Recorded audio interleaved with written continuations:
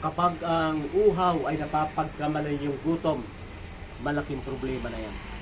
Dahil may mga tao na mali ang paraan ng pagkain, napapagkamalan nila na yung kanilang nararamdaman sa tiyan ay kagutuman at hindi uhaw. Kahit kulang sa tubig, ang nararamdaman nila ay gutom.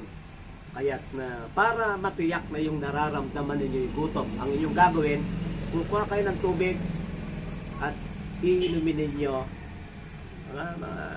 kahit unti-unti, pero hindi ko magagawa unti-unti dahil sa kwan.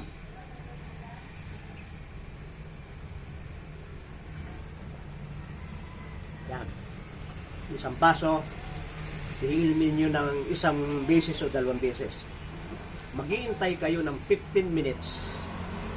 Kapag katapos ng 15 minutes, gutom pa rin kayo. Talagang kayo'y gutom.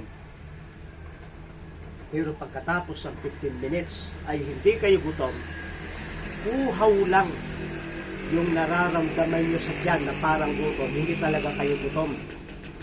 At kung kayo'y magre-reduce ng inyong timbang, kinakailangan na dalangan ninyo ang inyong pagkain, at kung magka-problema kayo na parang kayo gutom na gutom, uminom lang kayo ng tubig at mawawala na yung inyong gutom. Maraming salamat sa inyong pagsubaybay sa Natural Wellness si Pastor Vito.